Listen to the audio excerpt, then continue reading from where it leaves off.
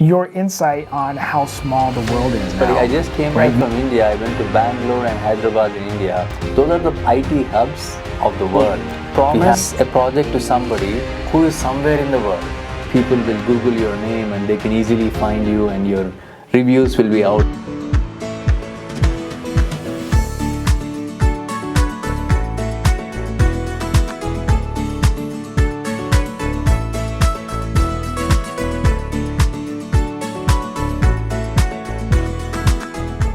Right, Kiran, what's up, man? How you doing, dude? It's been a while since I've seen you. You just got back from India. You're visiting some family out there, right? And your insight on how small the world is now, right? You've been traveling. You're like, dude, we are a village. It's not like this huge global community necessarily. It feels small now, right? Yes. And that leads us right into this topic, which is freelancing.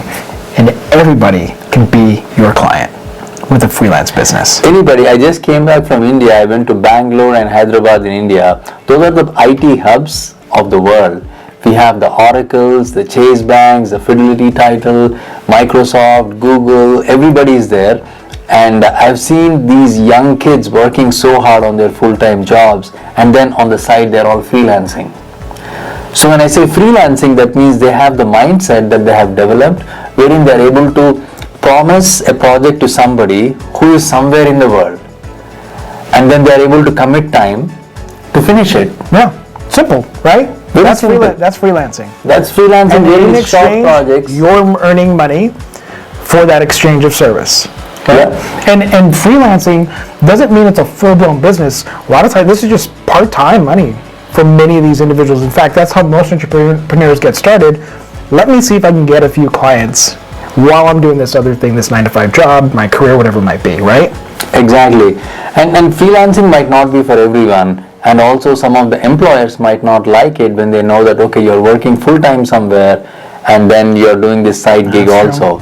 So you need to be careful with how your employer will see it. But then I have met a lot of freelancers who are full-time freelancers, meaning that they started doing the side gig and they became a full-time freelancer, and they have the freedom of time, and they're able to accomplish multiple projects at the same time in parallel. But it boils down to the mindset wherein they are highly self-motivated individuals. You have to be highly motivated. Yes. No, you're not going to have a boss for that. You are your own boss for this. Yeah. All right. So what are some of the key characteristics of the mindset before you even get started that you need to have? First of all, you need to have the intent to start a project, to finish it. So unless you are able to finish the project, you shouldn't even take it. So you need to have that mindset. Yeah. Then you need to be able to set your own time.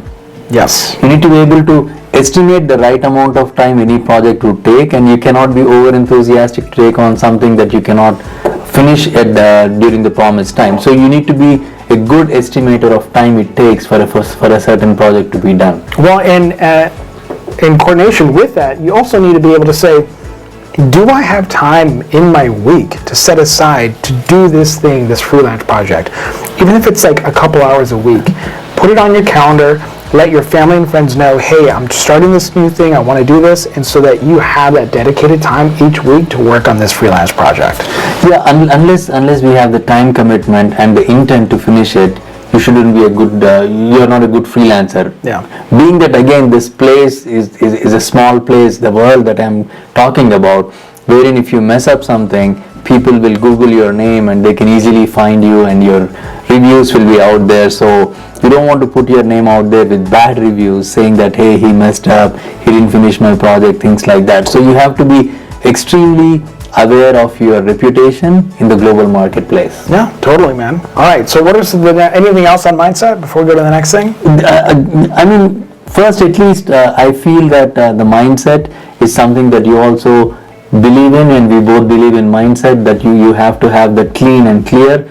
Then comes talent, right? Yeah. So now we can jump to the talent. Like, what are you good at? Okay, yeah. So make a list of things that I would also add one other thing to that. What are you good at? What do you enjoy doing? Right? Because the idea is you're going to be doing this as freelance. You want to enjoy that thing that you're doing. Are you good at doing digital stuff? Are you good at making websites? Maybe you love landscaping. Whatever the case may be, Find something that you really love to do. Maybe make a list of your top 5 things, and then pick one of those that you want to choose to offer as a service to people. First, then as part of your talent, you need to define your goals. Like, what is your goal? What do you want to do? I'm assuming your first goal is to make a little bit of money, right? A little bit of money. Money has to be a motivator, because freelancing involves a lot of time and effort, and compromising your fun lifestyle that you might have, and compromising time away from your family, your friends. So something has to be very motivating. I feel having that goal, saying that, okay, this is my goal, this is how much I want to earn, or this is how much free time I have, and this is the time that I want to fill in so that I can improve my skill set. And it can be as simple as, hey, I want to earn enough as a freelancer to pay my car payment. It could be that simple. It can be that simple. So having those goals is the next big step. And then the thing after that is you need to be able to find your niche. Like, what are you really good at, and that you can enjoy doing it, and something that you are an expert at, something that you can easily assess the scope of the project quickly and can figure out if you can do it or not. This should not be something wherein you are just trying to kick the tire and try to figure out if you can do it or not. Do you agree? That's true. Well, let's go through a couple examples. So let's say that you decide to start a landscaping business. Are you going to target corporate clients? Are you going to target people who need a lot of care and maintenance? Or are you going to target somebody who basically just needs the lawn mowed? That's it, right? And that's probably the best way to start if you're going to do this and this first time going into it. Or websites, right? Are you going to target people who need a lot of work on the website, a lot of hand-holding, a lot of maintenance down the road, or somebody who's like, hey, I just need one page, super quick and easy, and you're going to focus on small businesses who just need something to get online. And that's a way to niche down, and that'll help you also do the next thing, which is identify your clients.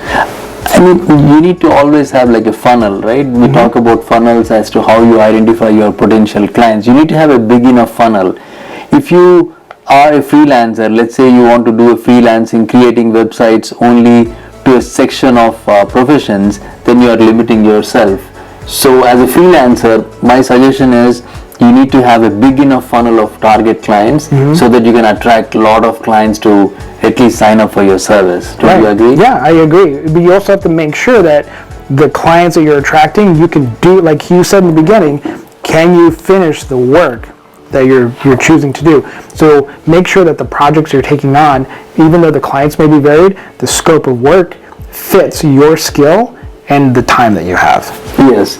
So the next thing right after that is you need to be able to set your rates properly. Yeah. And again, like I said, you're competing with a guy sitting in Russia or somewhere in the Middle East or Philippines. So your rate should be competitive enough wherein you are not too high or you are not too low also, wherein you are undercutting yourself. So you need to estimate the value of your time and then figure out what could be the rate for the work that you are promising. Yeah. And without you knowing the rate, sometimes in the exploration phase is when you can assess based on seeing the other projects being offered. There is a lot of websites, like we are talking about freelancer.com, and you had a couple of other websites. Oh, right? Yeah, if you want to, Fiverr is a great place to go to if you have a really small, finite thing you want to do digitally and offer that to people. Fiverr is an awesome website to go and check out. Upwork is another one that you can go on there and offer your services if you have a digital freelance project that you can do for somebody. Yes, 15-20 years ago when somebody said they want to do a freelance gig, then I would have right away said you need to have a website. But not anymore. You can actually showcase some of your projects and all that through the social media platforms and then link it up through your Upwork profile. So through that profile page you can showcase a lot of stuff that you are capable of doing. But having a website is a bonus. It doesn't hurt, but it's not needed if you're trying to open your own freelance service. Yeah, I would say that if you're just starting off, don't even worry about the website unless maybe you're doing something like I do, which is photography, which is you have to have like some kind of portfolio. People have to see what it is you're doing, and that can be super basic and simple. If you don't have that, use Instagram as your website. But if you're doing any kind of manual work, realistically, I don't think you need a website in that first maybe month or two, not until you get some clients that are going to say, hey, I'm willing to pay you. Yes, I agree, because people, once they hire you or before they hire you, they are going to Google you and find your social profile anyway. So your social profile cannot be like childish if you are seriously wanting to dip your toe into this freelancing business. It has to be serious enough to showcase your personality. At the same time, it showcase some of your work also. So you have to somehow blend it in. Yeah. And so having a website will not hurt, but at the same time you need to have good social profiles. People are going to check you on LinkedIn, Instagram, Facebook and all that. You need to have a good profile. Yeah, well, and it also depends on what it is you're doing, how old you are, what profession you're going into. If you're an 18-year-old kid and you're barely starting your first freelance thing, you're going to get away with a lot more just having something super basic and simple. If you're our age and you're more professional coming from a career or something, and we try to go and freelance something outside of what we're doing right now, people are going to look at us under a little bit more of a microscope. We're going to have a little bit more of that stuff that you talked about. Yes, but I'm not that old though. No, I just meant in comparison to an 18-year-old. Yes, so then we need to find the first client or create our own first project. Like talking about being an 18-year-old or somebody who is new to freelancing, what if you don't have any project to showcase as a portfolio? Yeah. I would say create a project. Let's say you are going into photography. Just take pictures of something, of a model or of a real estate building or something, and then put it out as if it's your first project. I got a great tip for how to get your first projects. If you're brand new, you really don't have a lot to go on as far as what to show people. You go on the community pages on Facebook. For example, Living Chandler is one here in the Valley, and let's say you're offering landscaping services. Search landscaping inside of there, and you're going to find a list of posts where people have asked for referrals for landscapers, right? And depending on what they asked, you could reach out directly to those people and say, hey, know that you were recently looking for a landscaper, just starting out, brand new, this is my price. And at the very minimum, it's going to give you an opportunity to exercise that muscle of reaching out to people and sharing your price with somebody.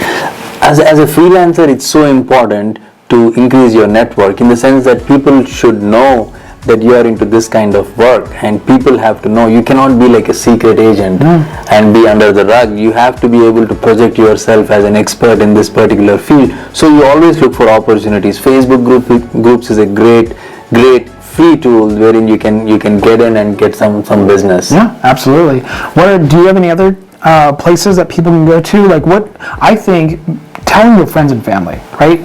Every business, whether you're freelancing, it doesn't matter what you're doing, friends and family are always a great place to start. Just let them know what you're doing, and maybe they'll have a little mercy on you and actually hire you for your first project, right? Depending on what it is. Yes, and finally, I would say that it's very important to have a good balance.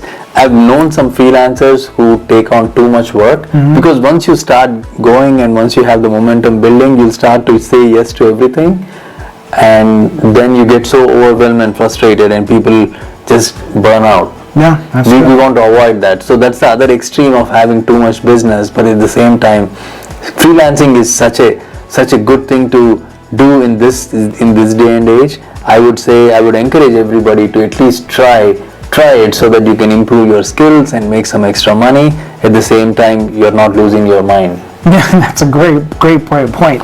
I think freelancing can also have the benefit of taking something that you're really interested in, really passionate about, and maybe give you a sense of a break from that 9-to-5 that you have, right? Because you're saying, hey, look, I'm doing this 9-to-5, maybe it's a good job, maybe you love it, maybe you don't, but you can look forward to this other project that you have that you're working on, and feel a sense of accomplishment and success from doing these other things that you enjoy. Yes, and last but not the least, if you're a freelancer, you're going to save a lot on taxes, so talk to your accountant and see how freelancing can help you.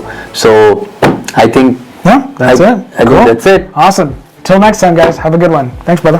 Thank you.